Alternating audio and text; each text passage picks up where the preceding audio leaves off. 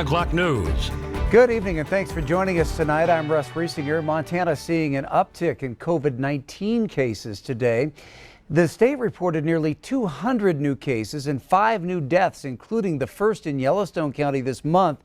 The county has now seen 262 people pass away from the virus, while the state's death toll has risen to 1,530.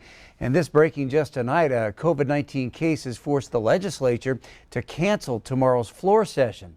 Republican Senator Jason Ellsworth of Hamilton said the person who tested positive is a member of the government affairs community, and MTN News has learned that that person is a lobbyist. It's also apparent the lobbyist may have had multiple contacts with legislators, and contact tracing has already begun. It's the first time this session the legislature has shut down a floor session because of a COVID-19 infection. At this point, the legislature is scheduled to meet again starting Monday. Well, Republicans issued subpoenas to all 7 sitting justices of the Montana Supreme Court today. They say it's to get public records from the court to see whether bias exists on new laws that may come before it. Minority Democrats say it's an attempt to smear the judiciary for political purposes. MTN's Mike Dennison reports. The subpoenas went out Thursday morning to all 7 justices on the Montana Supreme Court and the court administrator, Beth McLaughlin. Republican leadership at the legislature ordered the justices to produce, by Monday, all office emails and text messages, and phone logs from their office and personal phones for the first 15 weeks of this year. GOP leadership wants anything that refers to bills before the legislature or action by the Montana Judges Association, the trade association that lobbies for the state's judges. Republicans say they're trying to determine if the court has shown any bias on bills or new laws. In particular, the law that gives Republican Governor Greg Gianforte much more power to appoint state judges. That law is being challenged as unconstitutional and is before the High Court right now. Also this week, Republican leaders formed a select committee to investigate the judiciary. The subpoena issued to McLaughlin orders her to appear before that committee Monday morning. This latest batch of subpoenas comes 1 week after Republicans used their subpoena power with the help of the Gianforte administration to acquire more than 2,400 of McLaughlin's office emails. They then released selected emails to the media. They revealed justices, judges, and their staff commenting on bills that affect the judiciary, and sometimes about how those bills should be defeated. Democratic leaders at the legislature say this latest move is a baseless attempt to slander the judiciary as it prepares to rule on many bills that Democrats say are unconstitutional as passed by Republicans this session. We've seen policy after policy move through the legislature, not just this session, but in sessions past, that even on their face are unconstitutional. We find that what we're seeing this session is just an unprecedented attack on the judiciary, trying to bring down their work of holding those unconstitutional pieces accountable.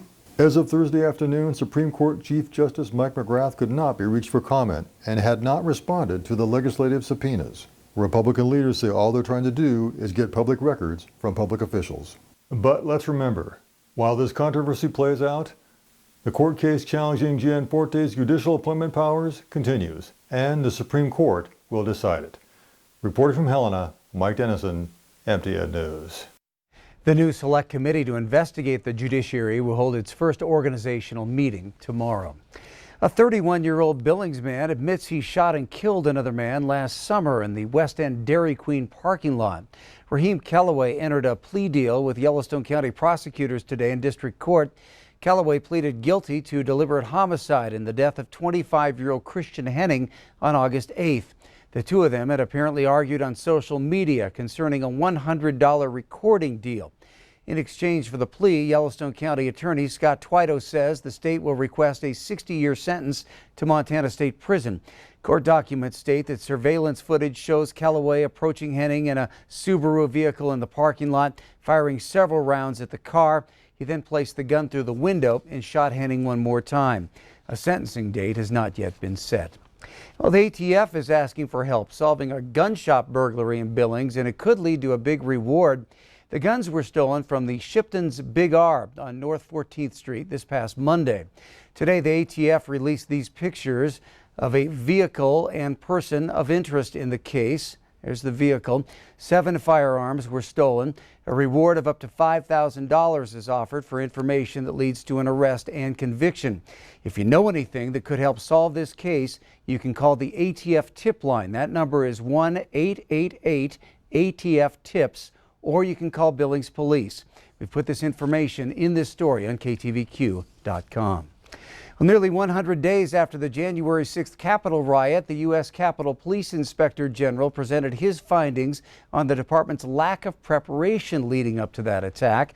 Now, according to the latest Justice Department numbers, more than 400 suspects have been arrested from at least 45 states for participating in the attack, which resulted in the deaths of Capitol officer Brian Sicknick and 4 others. Deborah Alfarone has more from Capitol Hill.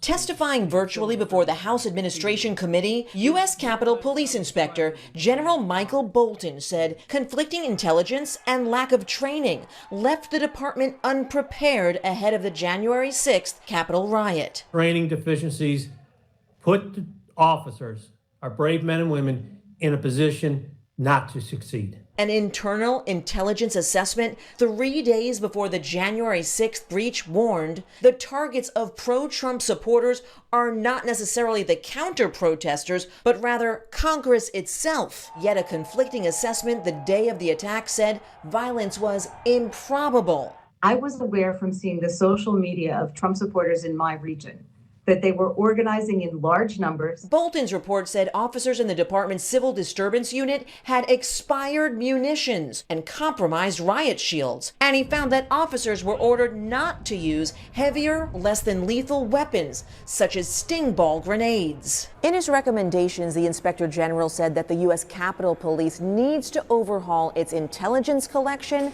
operational planning, and culture to avoid future mistakes, and they also need to recruit more officers. The CF department needs to move away from the thought process of a traditional police department and to move to the posture of a protective agency.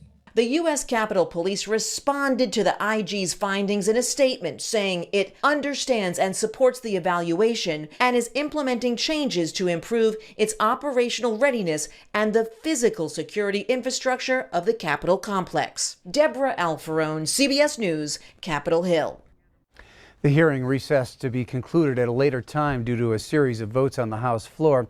Inspector General Michael Bolton told lawmakers he'll continue to release flash reports every 30 days, with the next one coming at the end of April. And in the murder trial of Derek Chauvin today, both sides rested their cases without the former Minneapolis police officer taking the stand to testify in his own defense. The closing arguments in that case are set for Monday. In other national news, President Biden spoke today with Russian President Vladimir Putin about the sanctions the U.S. announced today in retaliation for Russian cyber attacks and election interference. This afternoon, the president warned Moscow that there will be consequences for Russian interference, including the U.S. is sanctioning more than 30 individuals and entities after intelligence officials determined that Russia was behind the SolarWinds hack. The hack infiltrated the Pentagon, intelligence agencies, nuclear labs, and Fortune 500 companies. The U.S. is also expelling 10 Russian diplomats and intelligence officers in Washington, D.C.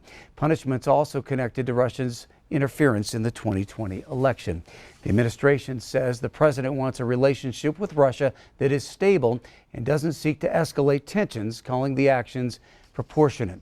President Biden's team is also working to set up a summit with President Putin. All right, turning now to Chief Meteorologist Ed McIntosh. In eastern Montana got some much needed snow, Ed, but maybe a little too late at this point. Yeah, that's for sure. As we take a look, because we actually got some pretty good numbers out of northeastern Montana. Check out Phillips County around Malta, up to 11 inches of snow around Zortman, and then Sheridan County, Montana, up around the Plentywood area, up to 7.5 inches of snow. And you can see pretty much anywhere from an inch up to 4 or 5 inches. And it was wet, heavy snow, so it actually had pretty good moisture. The problem is all those red shaded areas show where much of that area is already under extreme drought. And in fact, we've got a lot of drought all across Montana and northern Wyoming, according to the latest drought index. And the forecast as we start getting into the summer through the end of July is for the areas that seeing drought to persist. And those yellow shaded areas mean that we could likely see drought conditions worsen. Take a closer look at the forecast coming up in a few minutes. Thanks, Ed. A reported bear mauling near Baker's Hole Campground has forced an emergency closure of parts of the Custer-Gallatin National Forest system lands. Montana FWP told MTN about a half hour ago that the victim is a West Yellowstone resident and did survive, but was transported to Idaho Falls with severe injuries. According to a post from Gallatin County Emergency Management, effective immediately, all Custer-Gallatin National Forest System lands from the boundary of the town of West Yellowstone heading north to the Transfer Station Road number 6794 and east of Highway 191 to the Yellowstone National Park boundary are closed. The closure includes Boundary Trail. Baker's Hole Campground is currently closed for the winter. Morgan Jacobson from FWP also adds that while there's been no visual confirmation of the species of bear behind this, the investigation points to it being a grizzly. Back in February, the Billings RV and Boat Show was among the first events back at Metro Park. Organizers called the turnout incredible. Q2's David J. has more from the second round of another 5-day event. Russ, things went so well at the first show that Brett's RV and Marine decided to have a second show here at the Expo Center. And it's showing the enthusiasm that people are having for camping and boating. When COVID was happening, we didn't know if we'd be able to have the show in February, so we reserved the dates. And then after the show, we had a lot of people say they weren't able to make it. So we decided to do an encore show to our February event down here. Way more enthusiasm for not just the campers and the boats, but new stuff like what's behind us here, these off-road trucks and tents. There's enthusiasm to get outside any way people can.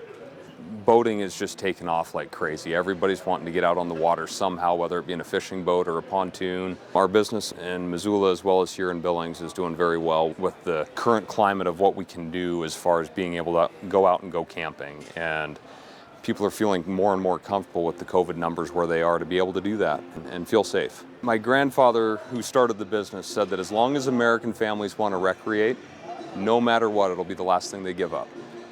And we see that every time there's a recession. We saw that through the pandemic, and families still want to get out and spend time together. It may mean that they go camping closer to home rather than taking the trips to Disneyland, but even when things get tight, they figure out a way to still get out with their families. Dustin Brett says it's hard to tell how many people will come to this second show, but it is drawing from out of the area and out of the state. So it is a unique opportunity here in Billings. Russ? All right, David J. reporting. And there are 3 more days left for the RV and Boat Show, Friday and Saturday from 10 a.m. until 8 p.m. and Sunday from 10 until 6.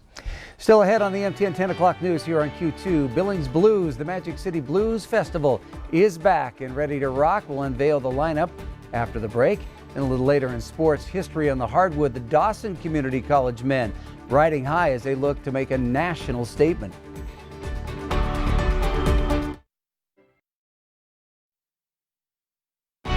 From Montana